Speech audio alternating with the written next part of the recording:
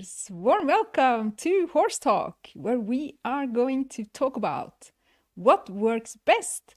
Is it bitted or bitless riding? Because I have at least found two different scientific studies on the matter that come to completely different conclusions. So if you are here, let me know if you ride bitless or not. Yes. So first I thought I'd talk a little bit about the studies and then a little bit about different bits and how to use them and how not to use them and what bridle solution I am using today. Yes, so thank you so much for tuning in and let's dive into it. So the two studies that I am referring to are both scientific studies. One of them is published in the Journal of Veterinary Science and is called Noseband and Pull Pressures Underneath Bitted and Bitless Bridles and the Effect on Locomotion in Horses. And this one was published in 2021. And the other study I'm referring to, which I found on Frauke Musial's blog, by the way. She has a blog and a Facebook page called Science for Horse Lovers. That's where I found the other study, which is called Bit Use and its Relevance for Rider Safety, Satisfaction and Horse Welfare, which was published in 2023 in Applied Animal Behavior Science. So we have now two scientific studies stating the completely opposite. Yes, which can always be funny. And I have previously referred to the first study who measured noseband and poll pressures on bitless versus bitted horses. I have talked about this study before, for instance, on Instagram. And I've gotten lots of comments like, I disagree and this cannot be true, etc., etc. But anyhow, this particular study is a measurement study. So they have measured something and they have gotten significant results, which means that it's not like we can't really disagree with stuff that's measured in a way.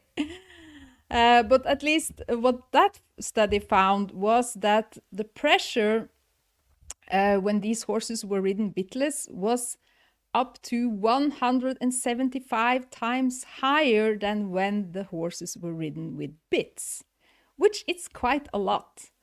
And they also noted the avoidance behavior in the horses who were ridden bitless, which is kind of interesting. And what they found was the worst bitless bridle was the side pull and the cross under. And they also found then significant results in the difference of the posture of the horses. So the horses, especially the ones who were ridden with the cross under, they had a wider angle between their head and their neck, which suggested then avoidance behavior and also that the horses were hollowing their backs, which the scientists then said could possibly be from the pressure of the pull under bridle that is kind of annoying the horse.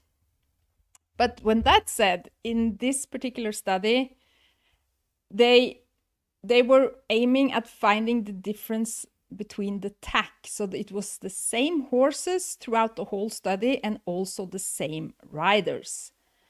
And the riders and the horses were from a riding school, a riding college, actually. So it was well-educated riders and also well-educated horses. But the riders, they were not necessarily bitless riders. So they only wanted to measure like the effect of the tack, and the bitless bridles came worse out than the bitted ones. Also in terms of avoidance behavior and the horse's posture, and also according to the amount of pressure the riders were using on the reins.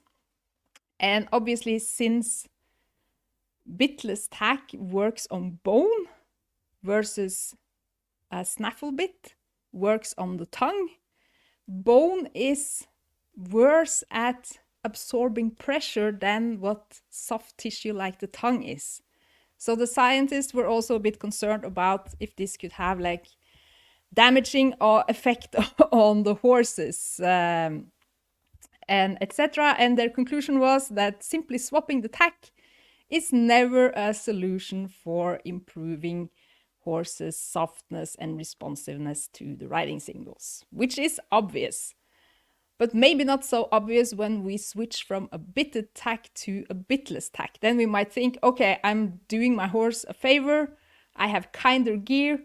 Thus, this needs to be more pleasant for the horse. That's not necessarily true. How pleasant it is and how good it is for the horse obviously depends on the rider holding the reins. But I think with bitless tack, we need to be aware that riding with constant contact is something we should probably not do with bitless tack because it puts pressure on the horse's bone structure, which absorbs pressure less than the tongue does. Okay, let me know in the comments below if you agree or disagree with this. And if you want to disagree when it comes to science, you can say stuff like, yeah, but it was only 5 horses and 5 riders, and the riders were not trained to ride with bitless equipment. That could be a way of invalidating the scientific study, but we can't say that we disagree. We have to kind of say why. It's kind of a rule of science here. Yeah, so that's at least also what I think. This was only 5 horses, and the riders were not trained to ride bitless. Neither were the horses. But measurements is measurements, and we need to be aware of this when riding with bitless tack.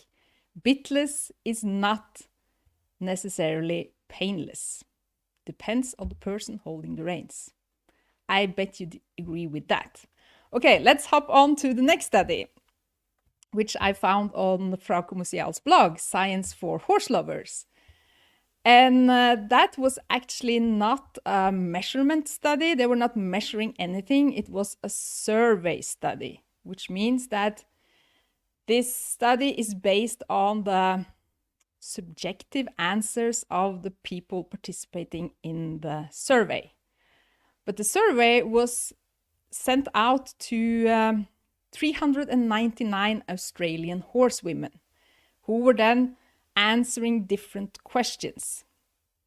And the survey itself did not have any aim of finding if bitless tack was better or worse than bitted tacks. It was just a survey about horsewomen, what they did with their horses, what tack they used, if their horses showed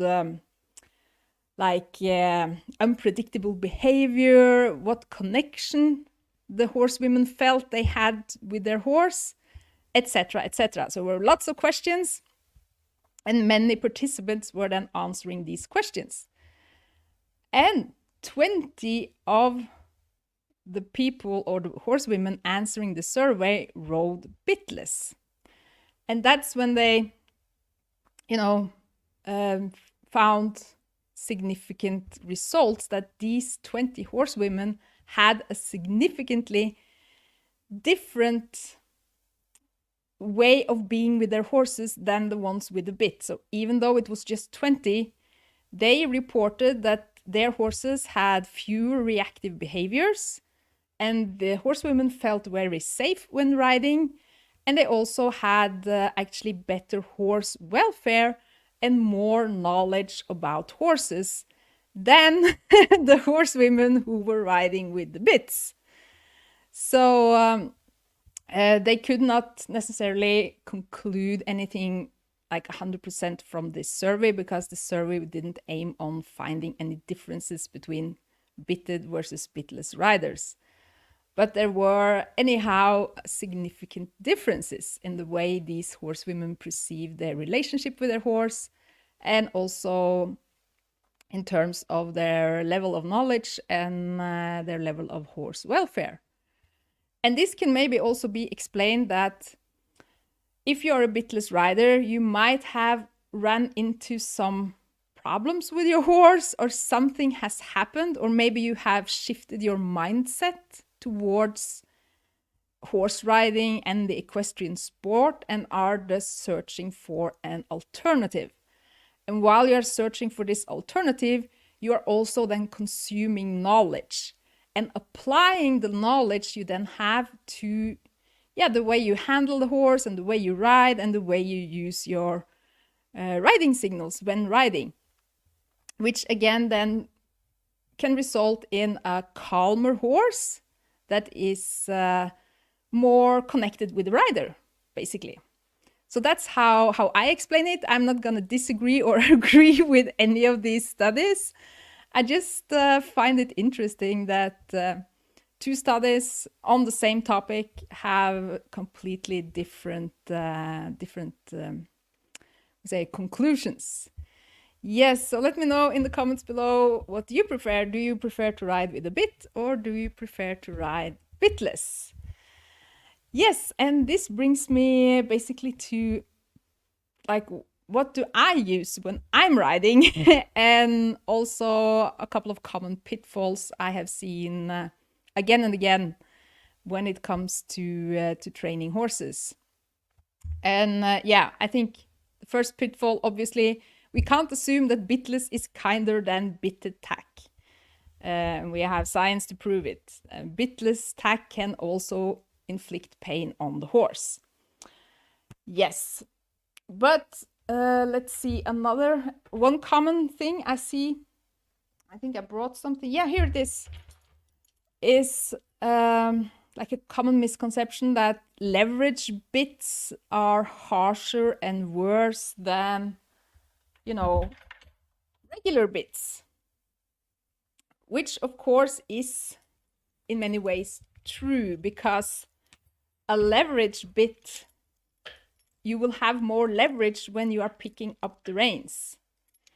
But obviously, if a rider with harsh hands is pulling and, bumping the reins with a regular bit, that can be a whole lot more painful for the horse than if someone is riding with light signals and a little bit of slack on the reins with a leverage bit. So we can't necessarily assume that, unless the bit is designed for causing the horse's pain, that it is necessarily better or worse. But there are some instances where you definitely should not use a leverage bit.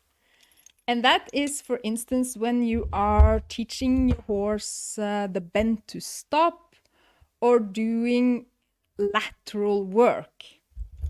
Because these leverage bits, they come with a chain underneath here, so that if you pick up on one rein, you will actually put pressure on both.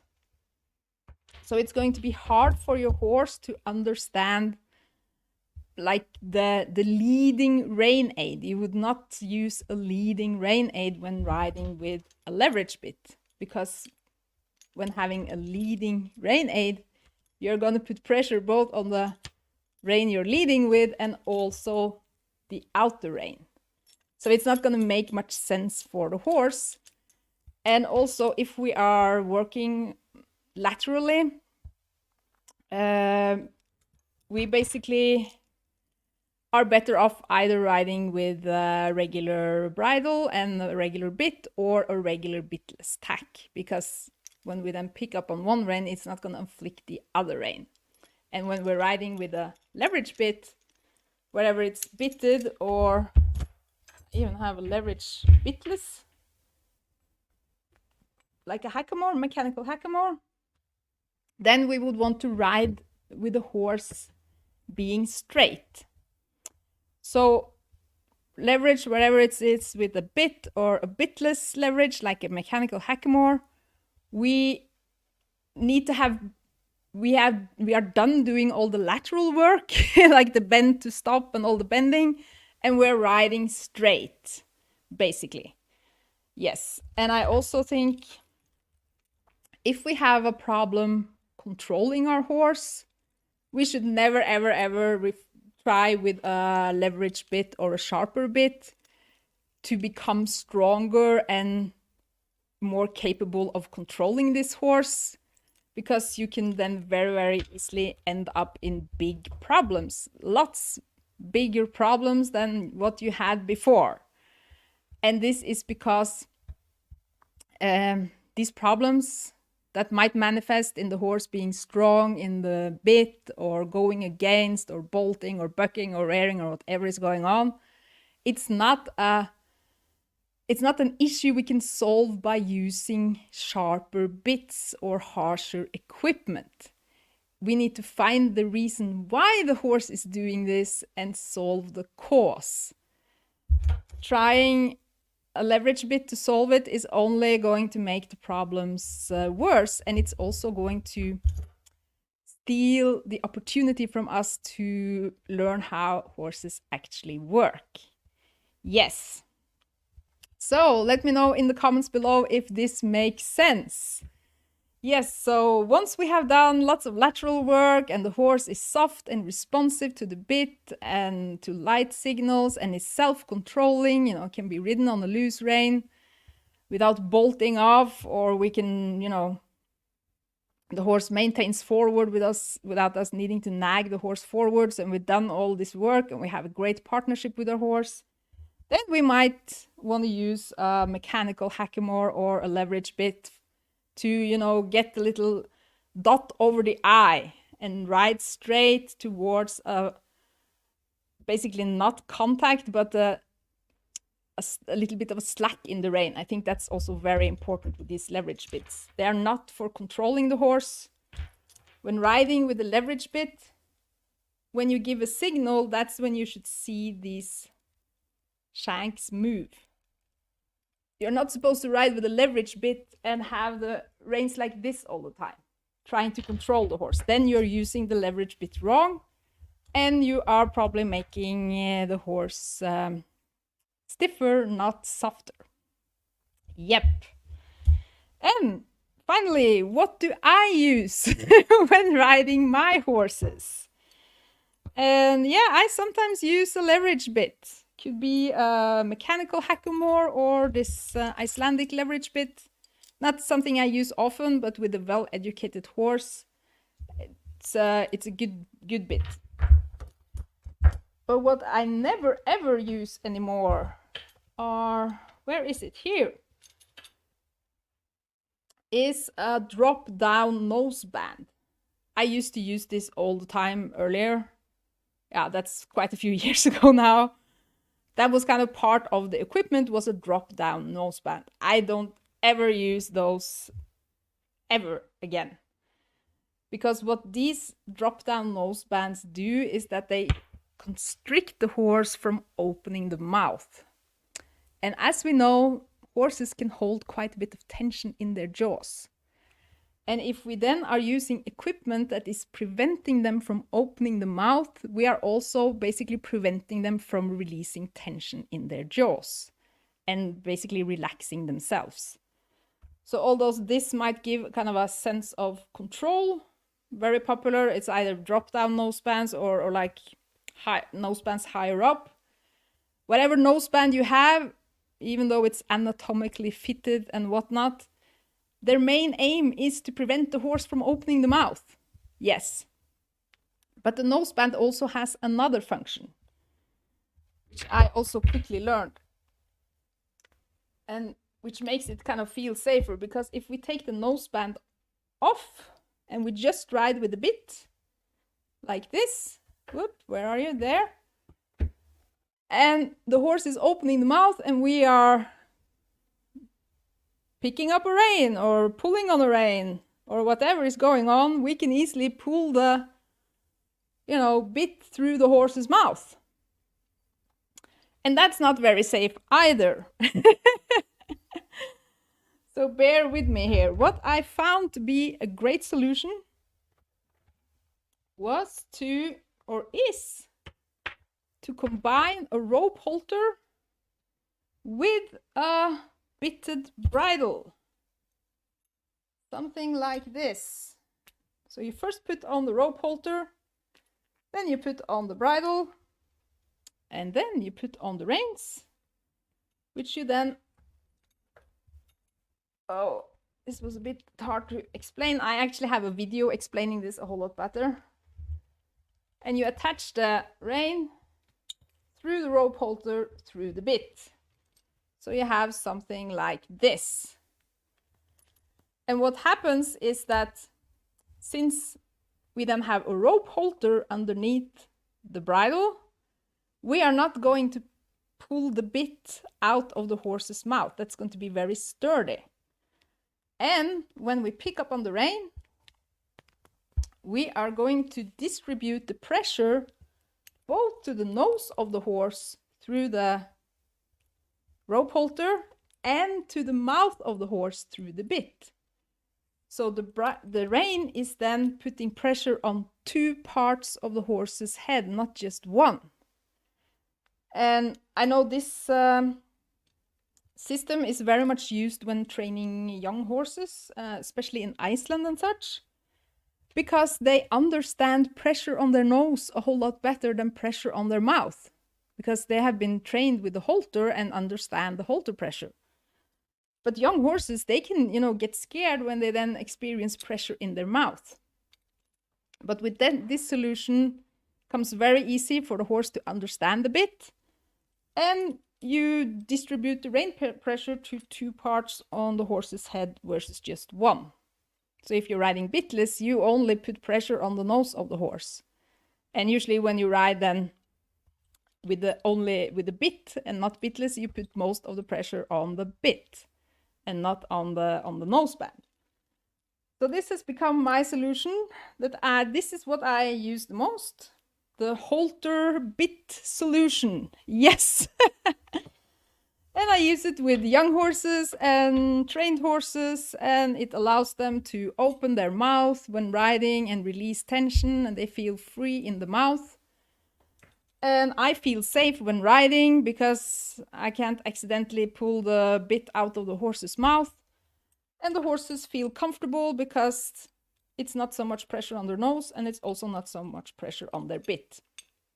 But again, with this solution, I recommend not riding with constant contact, because the nose bone of the horse's nose is sensitive and you don't want to, rub them or injure them here. So this is for riding with a little bit of a slack in the rein. You don't have to have long reins. You can have short reins as long as you have a little bit of slack, so it's not constant pressure on the rope halter here. Yes. So let me know in the comments below what you use when riding, and if you have found a great solution, because what I found with most of the bitless bridles is that they constrict the horse from opening the mouth. At least quite many of them. However, the bowsaw, which is something that I'm not using, but I like very much, but it's just too complicated with all the long. I like my solution better, the halter bridle, but the bowsaw is a quite nice bitless tack actually, because it's something that allows the horse to freely open the mouth and be free in the jaws, and it works on the nose bone of the horse. Yes. So let me know in the comments what you use. Do you use a bowsaw or have any experience with it? And please let me know in the comments below. I know lots of people are a fan of the bowsaw. I'm fan of the halter bit solution. That's my go-to solution for this. And I also think, obviously when we see if I can find it again. Where's the noseband? Here. We want our horses to be soft and relaxed when ridden. And this is kind of through their whole body. So I find it quite counterproductive to put something that constricts them from opening the mouth and constricts their ability to feel free in the mouth, like a noseband, either if it's a drop-down noseband or an anatomically fitted bridle or whatever it is. It is constricting them, which can cause tension, which then manifests throughout the whole body of the horse. So it becomes a bit kind of counterproductive to use these kind of gadgets.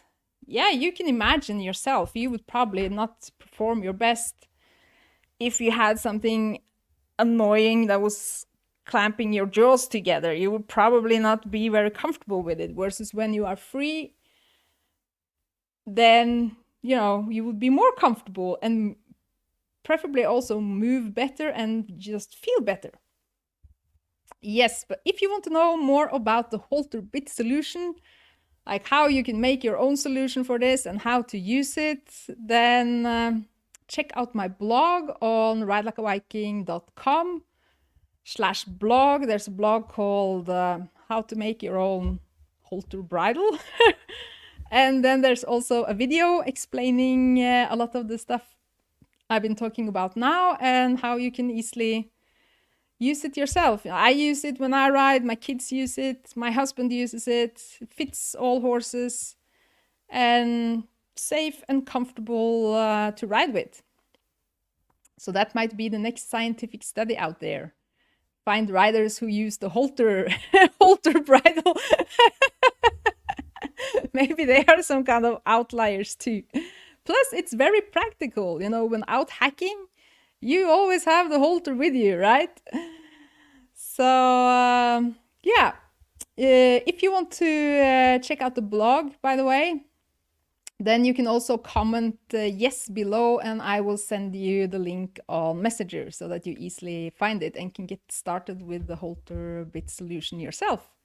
As long as you have a rope halter and a regular bridle, then you can get started today with this and maybe even experience that your horse becomes calmer, stops bolting, and is less unpredictable than when using regular tack, either bitted or bitless, that constricts them from opening the mouth. Yes, yeah, the rope halter is from Silvertip. It's Weaver rope halter, Silvertip. Yes. Yeah, it's a bit stiff. I have used this solution with other rope halters as well, and that works fine too. You don't need to have a Silvertip rope halter for this. I have other rope halters that are softer and they work just as well.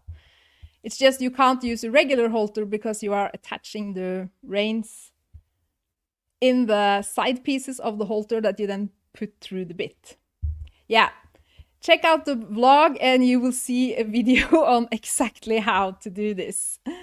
And thank you so much for joining and see you next time. Okay.